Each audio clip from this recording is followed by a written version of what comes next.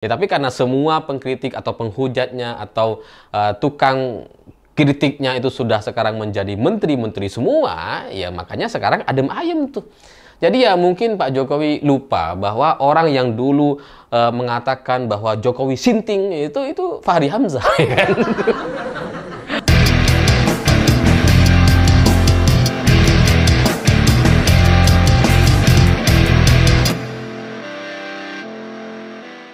Selamat malam semuanya. Kemarin Pak Jokowi dengan sangat-sangat meyakinkan mengatakan bahwa Presiden Prabowo adalah presiden terkuat di dunia. Bahkan saking kuatnya, ini sampai detik ini nggak ada yang berani mengkritik Prabowo.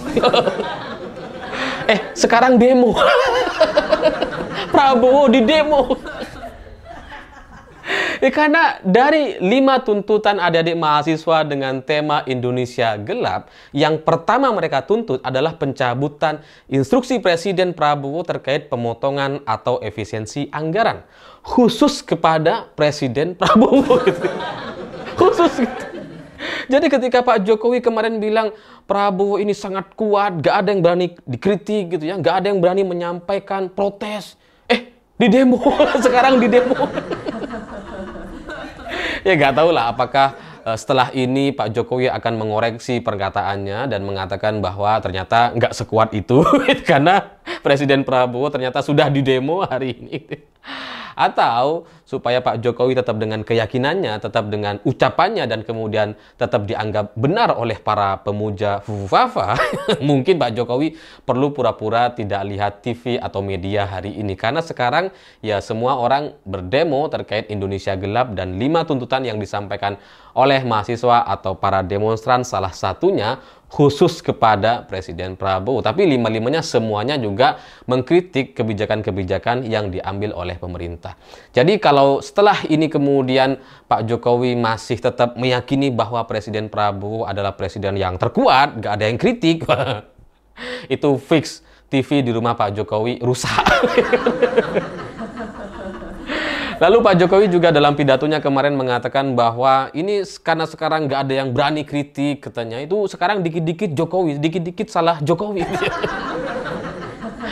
Ya mohon maaf, terus mau gimana gitu, masa mau nyalahin Prabowo yang baru dilantik misalkan, kan nggak mungkin. Misalkan terkait isu pagar laut misalkan yang sudah sepanjang 30 km, kan nggak mungkin nyalahin Prabowo.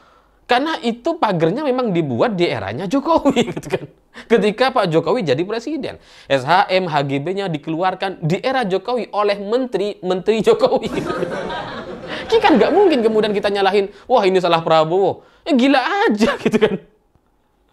Atau misalkan soal isu judi online, itu juga terjadi di eranya Pak Jokowi. Bahwa sampai sekarang itu masih ada, iya, tapi awal mula soal judi online ini tuh terjadi di eranya Jokowi. Jadi kalau mereka atau orang-orang menyalahkan Jokowi, wajar gitu. Apalagi salah satu kementerian yang melindungi itu dipimpin oleh ormas atau relawan projo, gitu kan. Jadi wajar kalau kemudian orang-orang jadi menyalahkan Jokowi. Jadi ya kalau Pak Jokowi heran, bingung dan sebagainya, itu kayaknya cuma pura-pura aja. Atau mungkin Pak Jokowi salah paham gitu ya. Atau jangan-jangan Pak Jokowi tidak bisa membedakan antara kritik dengan ucapan-ucapan yang kasar. Jadi saya kemudian coba memahami apakah yang dimaksud oleh Pak Jokowi ini adalah suasana ketika dulu Pak Jokowi baru dilantik menjadi presiden tahun 2014 lalu. Karena suasananya waktu itu sangat keras sekali gitu. Bahkan saking kerasnya PDI Perjuangan sebagai partai pemenang pemilu itu nggak bisa jadi ketua DPR RI. Saking kuatnya gitu. Dan serangan-serangan kepada Pak Jokowi, kritikan atau ucapan kasarnya memang sangat-sangat luar biasa. Dan kalau itu yang dimaksud gitu ya, yang dimaksud oleh Pak Jokowi, itu memang sangat jauh berbeda dengan hari ini gitu. Karena kalau soal kritik kepada Presiden Prabowo, itu sebenarnya juga sudah diakui oleh Pak Prabowo sendiri. Prabowo kan dalam beberapa pidatonya itu mengatakan, wah saya diserang, saya dikritik gitu kan. Artinya kan Prabowo melihat gitu. Pak Jokowi nggak melihat. Artinya kritikan itu ada kalau dilihat. Ya, kalau Pak Jokowi nggak melihat ya nggak ada gitu kan. Tapi bahwa memang kritikan-kritikan hari ini itu tidak sekeras di zamannya Jokowi dulu atau di awal-awal Pak Jokowi jadi presiden, iya gitu. Kenapa tidak sekeras dulu? Karena dulu ada Fahri Hamzah dan Fadlizon. Gitu. Sekarang nggak ada gitu. Keduanya udah sama-sama jadi menteri. Nah, kalau sekarang DPR itu ya ketuanya Puan Maharani, ada juga Dasko, ya dua orang inilah yang kemudian menjadi representasi DPR yang adem, yang kemudian kritik-kritiknya juga sangat terukur, yang nggak ada ucapan-ucapan kasar seperti yang dulu disampaikan oleh Fahri Hamzah dan Fadlizon. Ya memang jauh berbeda. Jadi kalau Pak Jokowi bingung kenapa sekarang nggak ada yang berkata kasar, ya karena Fahri Hamzah sama Fadlizon udah jadi menteri. Kalau masih jadi pimpinan DPR mungkin sama. Mungkin gitu ya, tapi Fadlizon nggak bisa kan dia Gerindra gitu. Jadi ya mungkin yang disebut atau dianggap oleh Pak Jokowi tidak ada kritik itu maksudnya adalah ucapan-ucapan yang kasar, ucapan-ucapan yang tajam kepada Presiden Prabowo. Dan ini terbaca dari bagaimana Pak Jokowi juga membandingkan antara survei ketika dirinya menjadi presiden baru terpilih atau baru dilantik itu hanya 62%. Sementara Presiden Prabowo mencapai 80,9%.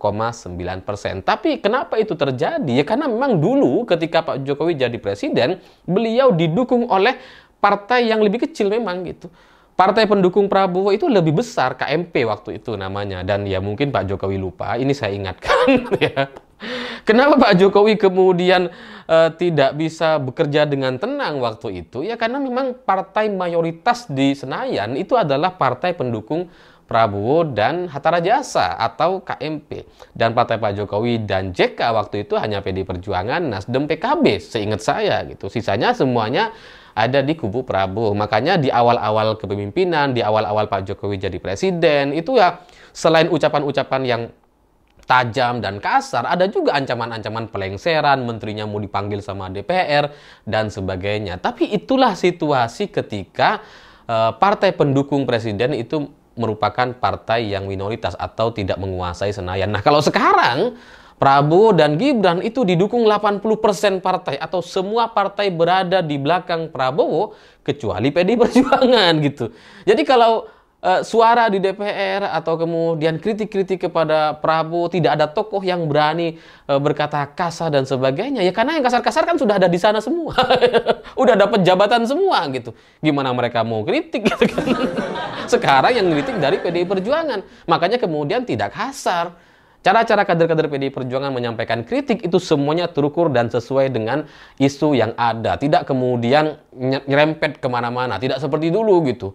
Kalau di arahnya Pak Jokowi dulu ketika Prabowo dengan koalisinya berada di luar pemerintahan atau menjadi oposisi, itu kan isunya banyak tuh. Capres boneka misalkan. Itu disampaikan sama elit-elit partai itu. Ya kalau sekarang ada ucapan capres boneka, mungkin yang komen cuma netizen tuh gitu. Prabowo capres boneka misalkan gitu. Ya cuma netizen yang bilang. Tapi kalau dulu wah Jokowi capres boneka dan sebagainya itu pengamat politik, elit-elit partai gitu ya. Itu ikut bicara.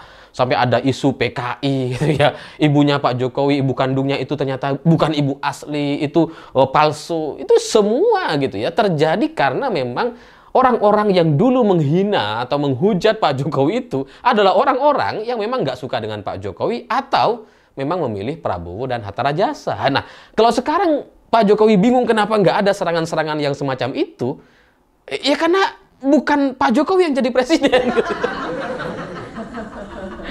Jadi semua isu-isu yang dulu ada di eranya Pak Jokowi, terutama di awal-awal Pak Jokowi jadi presiden, itu memang muncul dari kubu lawannya. Dari orang-orang yang hari ini bersama-sama dengan Pak Jokowi. Ya karena semua isu-isu itu ada sebelum Pak Prabowo ikut berkoalisi di tahun 2019 lalu. Sebelum itu wah keras sekali gitu. Sebelum FPI kemudian bisa dijinakkan seperti sekarang, masih tidak terkendali seperti dulu gitu. Jadi ya kalau saya ingin coba mengingatkan Pak Jokowi terkait ucapan-ucapan yang kasar, kritik yang keras, yang menghujat, yang sangat merendahkan dan sebagainya, sekarang ini nggak ada ya karena memang yang menjadi oposisi adalah PDI Perjuangan. Kalau yang menjadi oposisi adalah partai-partai yang itu, ya mungkin situasinya akan sama saja gitu. Ya tapi karena semua pengkritik atau penghujatnya atau tukang kritiknya itu sudah sekarang menjadi menteri-menteri semua, ya makanya sekarang adem ayem tuh. Jadi ya mungkin Pak Jokowi lupa bahwa orang yang dulu mengatakan bahwa Jokowi sinting itu Fahri Hamzah, ya kan? Mungkin lupa. Atau yang mengatakan bahwa Jokowi ini sontoloyo itu Fadlizon, nyanyi sama Ahmad Dhani. Itu Gerindra semua tuh. Ya, jadi kalau sekarang nggak ada, ya karena memang yang penghujat-penghujatnya emang udah nggak ada, udah menjadi bagian dari pemerintah, itu udah jadi menteri lagi mana? Masa masih mau menghujat presiden? Masa Fadlizon mau menghujat Presiden Prabowo? Kan nggak bisa, lawang kadernya gitu, lawang Prabowo ini ketua umum partainya gitu. Atau Fahri Hamzah mau menghujat Prabowo, ya nggak bisa, lawang Fahri Hamzah jadi menteri. Ya nampaknya Jokowi lupa terkait suasana atau cerita di tahun 2014 lalu. Lupa karena memang jati diri atau cerita atau keyakinan seorang Jokowi dulu yang orang biasa, rakyat jelata, yang orang biasa-biasa saja yang tidak berambisi dan anak-anaknya masih jualan pisang, masih jualan martabak, hari ini itu memang sudah menjadi cerita yang patut kita lupakan semua karena nggak ada yang benar ternyata gitu ya. Sekarang Jokowi hari ini gitu ya adalah Mulyono yang sangat ambisius, yang pengen ngambil partai gitu kan, yang anaknya 2 hari atau sehari langsung jadi ketua partai, yang anaknya nggak lolos atau nggak cukup syarat usia menjadi calon wakil presiden, diubah undang-undangnya. Itulah Jokowi hari ini. Jadi ya mungkin banyak sekali Pak Jokowi lupa dengan cerita Jokowi atau dirinya di masa lalu dan kemudian coba membandingkan dan membuatnya jadi semakin kebingungan. Ini kenapa? Ini kenapa? Udah error kayaknya. Tapi sebagai sebuah sejarah kita belajar banyak lah dari cerita-cerita di masa lalu bahwa ternyata orang yang dulu begitu menghujat Jokowi ternyata hari ini bersama-sama dengan Jokowi, dan kita orang-orang yang begitu membela Jokowi dulu gitu hari ini kemudian bisa melihat bahwa ternyata Pak Jokowi ternyata sama saja dengan yang lainnya, bahwa cerita atau sebuah narasi bahwa Jokowi nggak punya ambisi dan sebagainya itu hanya pencitraan belaka. Saya pikir itu. Terima kasih sudah menonton. Begitulah kura-kura.